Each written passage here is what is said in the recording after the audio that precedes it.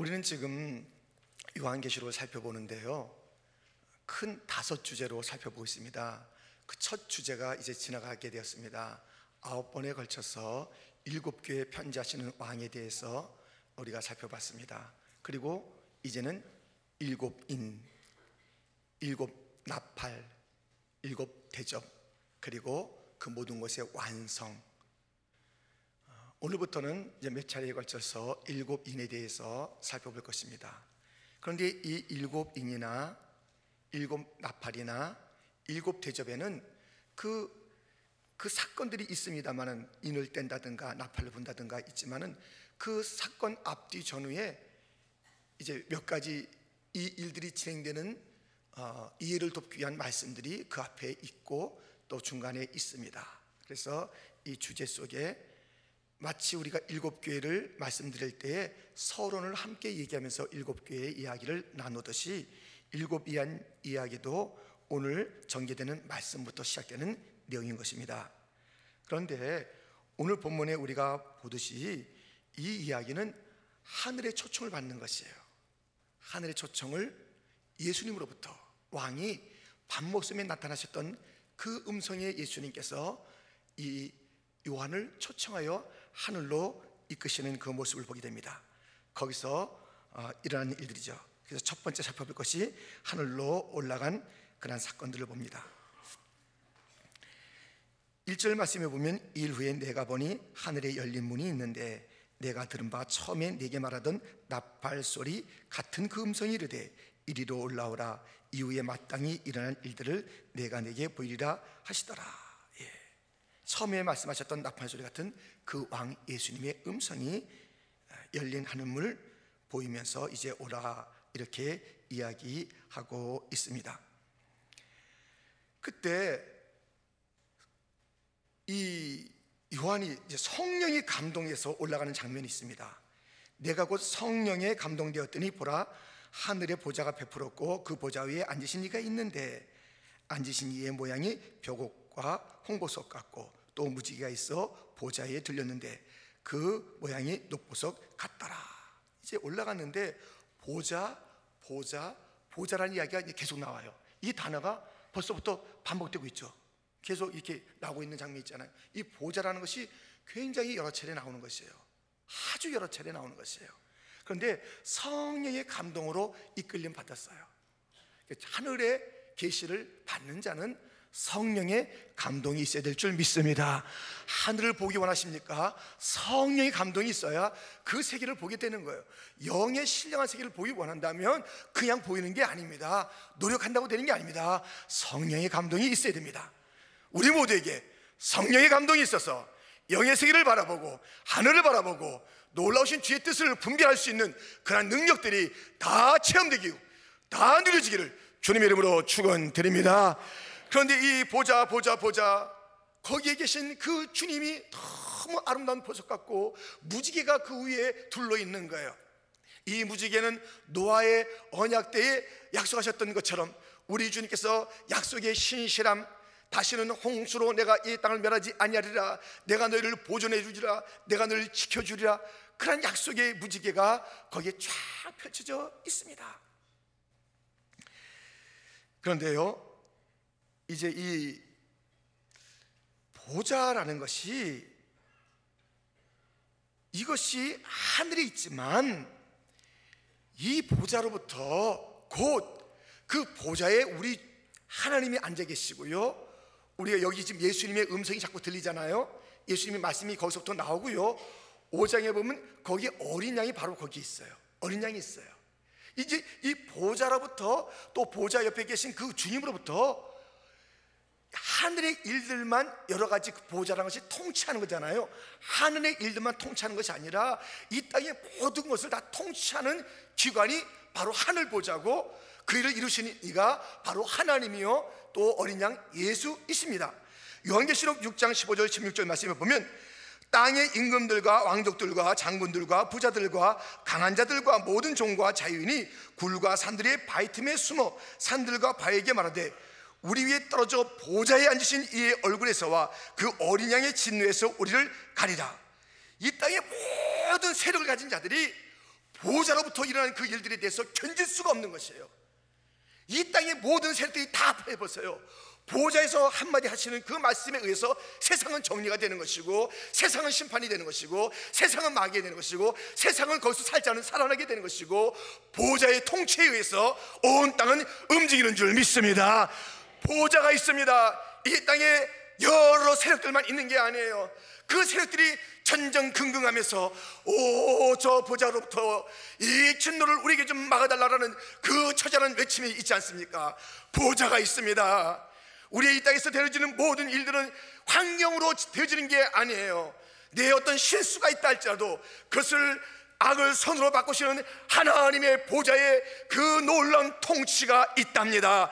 우리에게 일하는 모든 일들이 실패 같고, 아픔 같고, 질병 같고, 괴로움 같고, 헤어짐 같고, 그 어떤 일이 있다 할지라도 보좌에서 모든 것을 우리를 위해서 선하게 역사하시는 하나님의 통치 아래 있다는 것을 기억하면서 오늘의 환경 때문에 낙심하지 마십시오.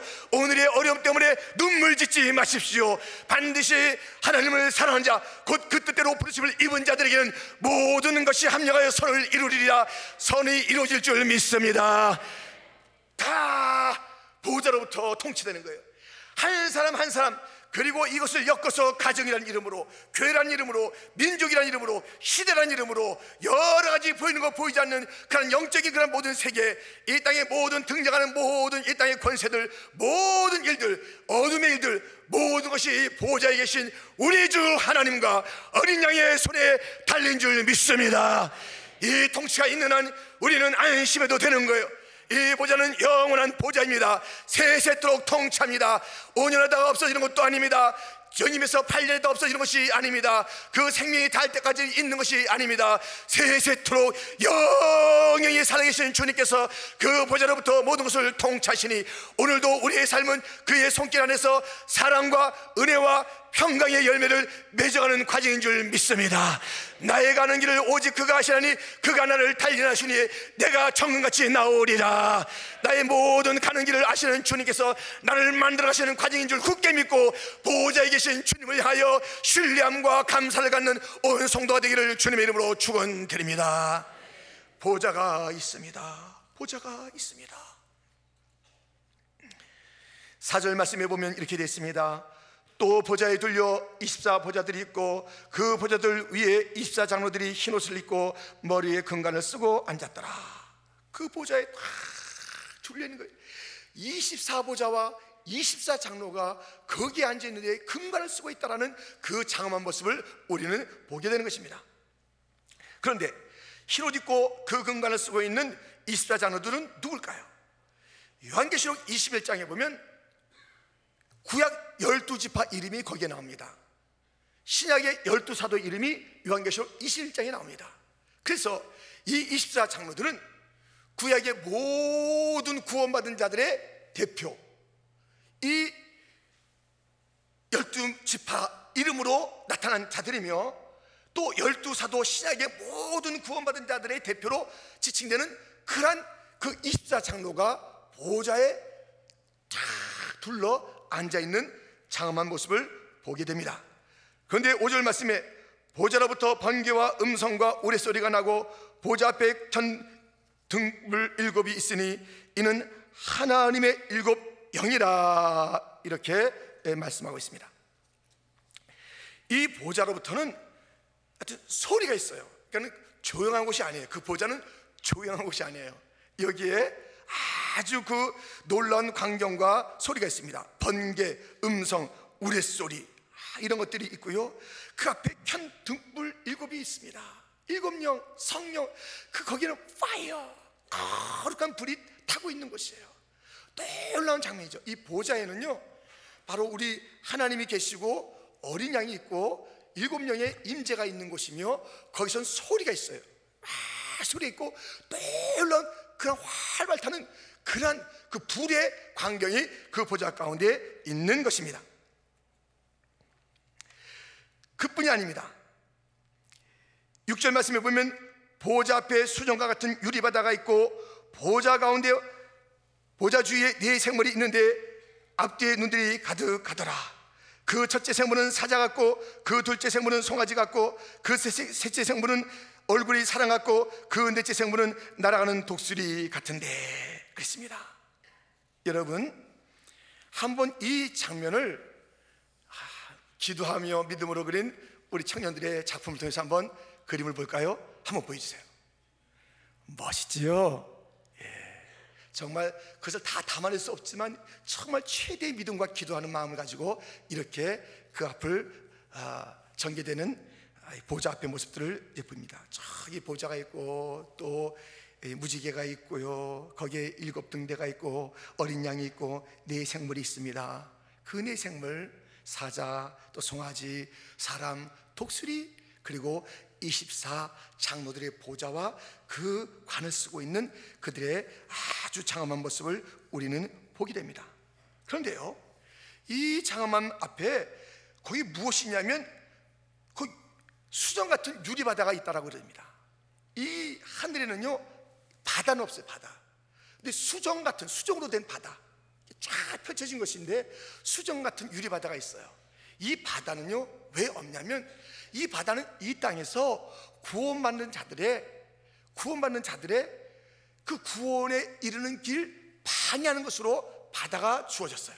그래서 하늘은 바다가 없다라고 요한계시록 21장 1절은 이렇게 말씀하고 있습니다. 또 내가 새 하늘과 새 땅을 보니 처음 하늘과 처음 땅이 없어졌고 바다도 다시 있지 않더라. 홍해 바다가 그랬듯이, 요단강이 그랬듯이 이 땅을 방해하는데 천국 가는 그 길을 참 힘들게 하는 그러한 바다들이 다 이제는 해결된 문제예요.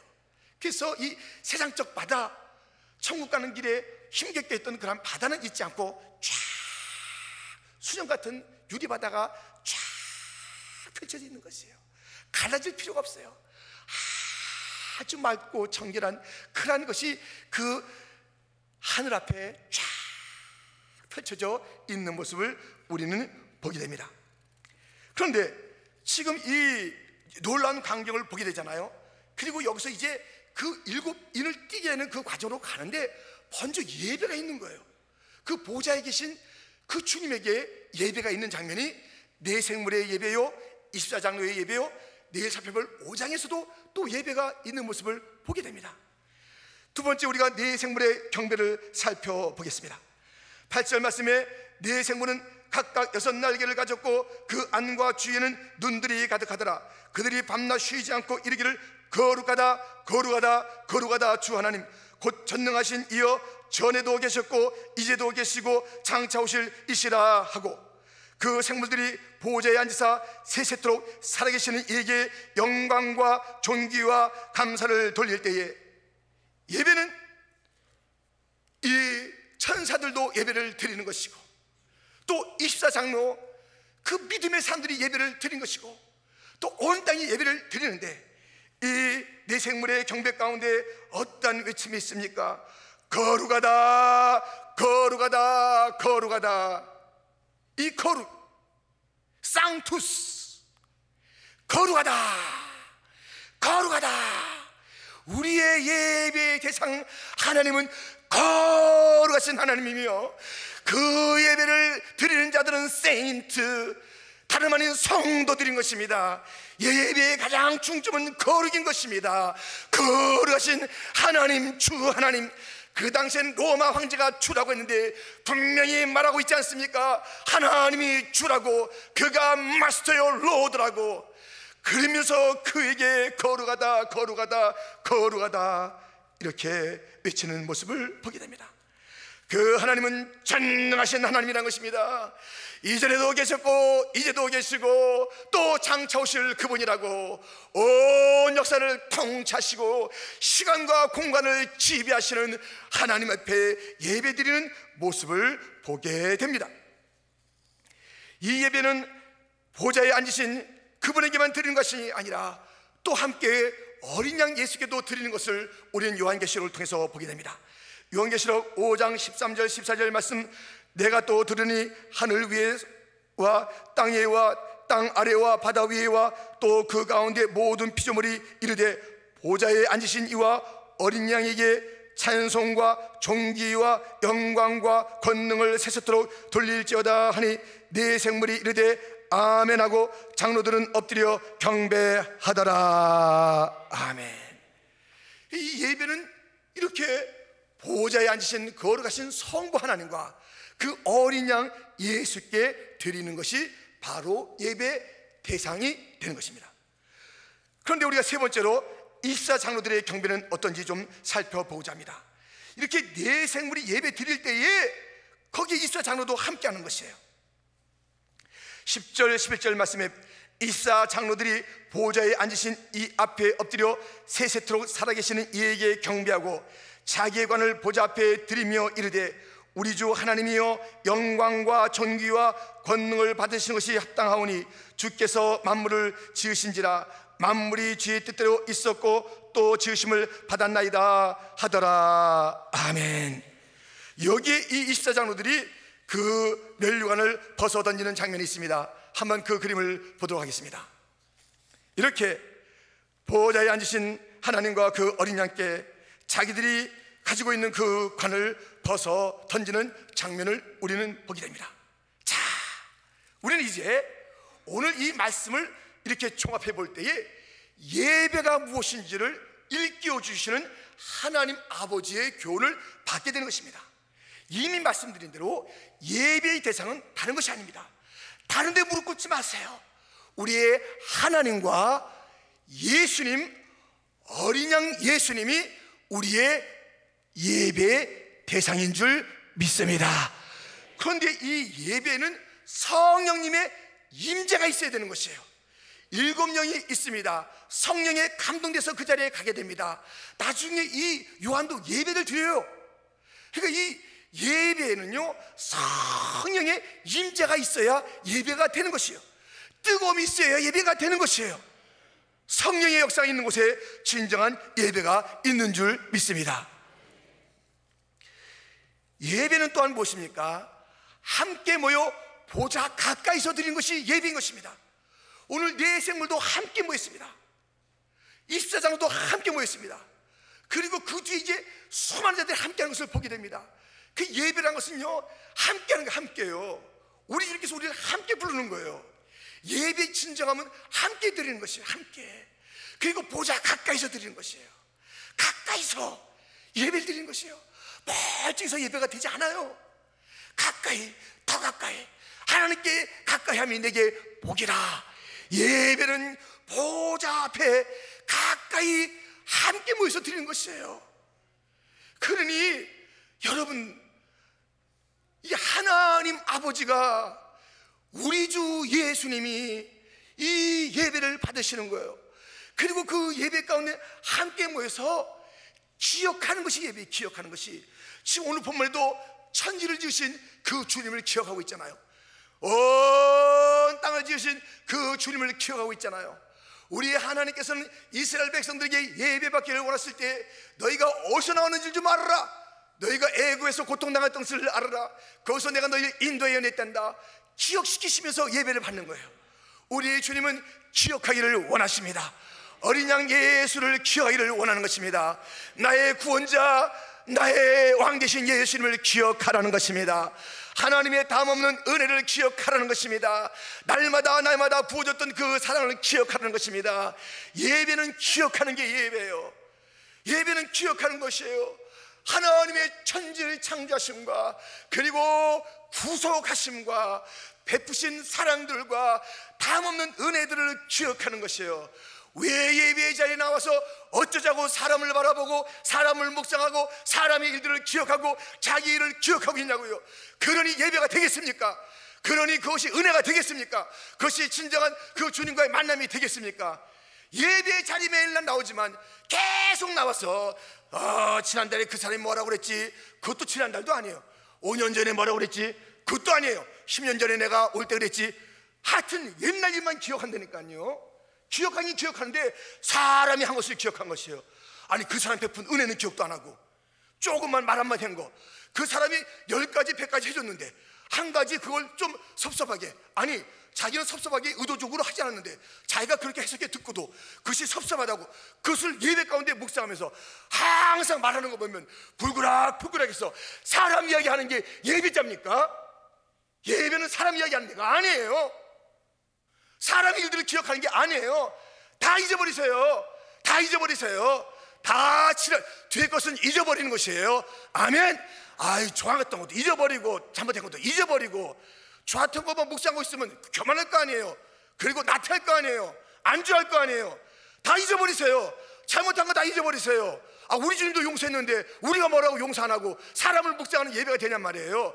여러분, 사람을 묵상하지 말고 하나님을 바라보며 하나님께 생각하신 위대한 일들을 기억하며 송축하는 자들이 되기를 주님의 이름으로 축원합니다. 예배는 기억하는 거예요. 예배는 기억하는 것이에요. 예배는 또한 반응하는 것입니다. 예배 때는 이 24 장로들이 금칸을 벗어드렸잖아요. 예배는 헌신이 있어야 돼요. 예배는 희생이 있어야 돼요. 예배를 딱 거저 그냥 하려고 하지 마세요. 예배는 그냥 그렇게 드리는 게 아니에요. 대충 여러분, 우리가 뭘 하나 해드려도요, 자기가 산 것과 자기가 사지 않은 것은 다르다니까요. 그게 다르다니까요. 이 뭐 하나씩 그냥 나눠줘 보세요. 그 귀여기지 않아요. 아무리 비싼 것도요. 그렇지만 자기가 값을 치르면 그것이 소중하다고요. 예배, 워십, 가치 있는 것을 드리는 거예요. 가치 있는 분에게 무엇을 드렸습니까, 여러분? 무엇을 예배에 드린 겁니까?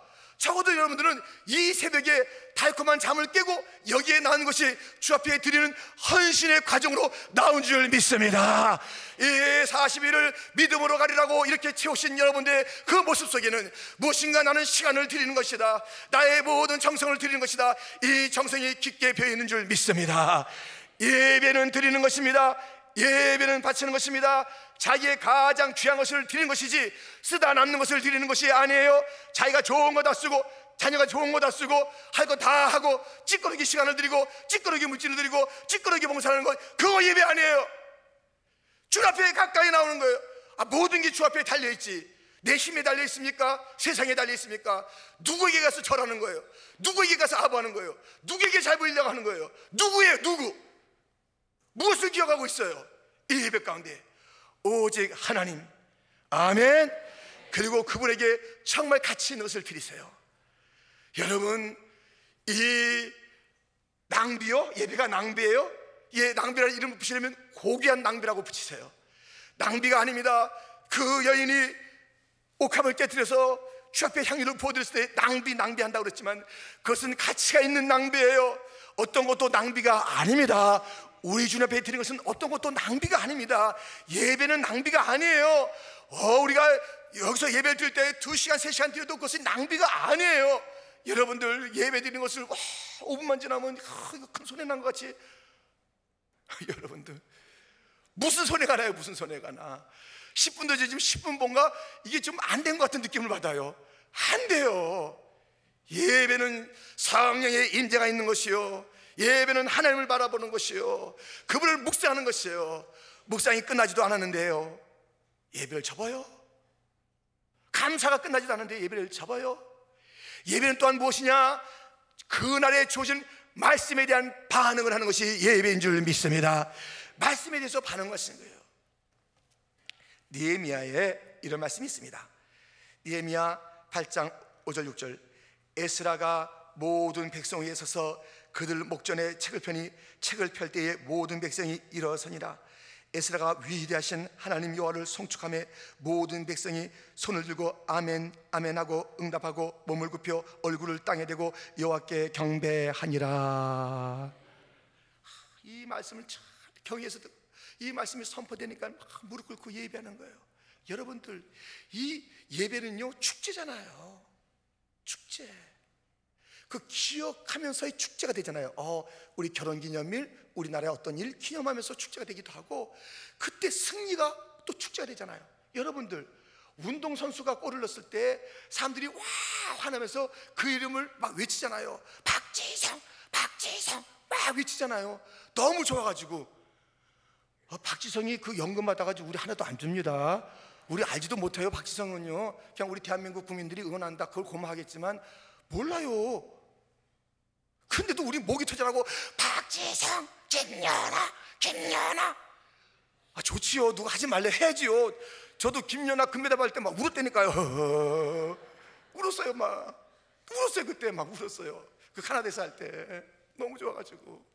그런데 여러분들 그 환호를 생각해 보세요. 자기하고는 그저 간접적인 또는 같은 민족이라는, 같은 팀이라는, 같은 고향이라는 이름으로 우리가 환호하면서 그 골 넣은 자를 갖다 외치잖아요. 우리 그런 환호 있어 봤어요?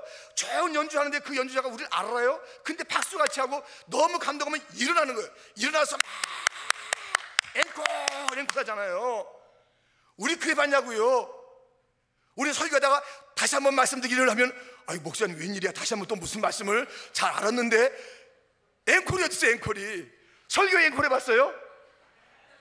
설교할 때 앵콜 해봤냐고요? 일어나서 박수 쳐봤냐고요? 앵콜 하면서 또 들려주시오.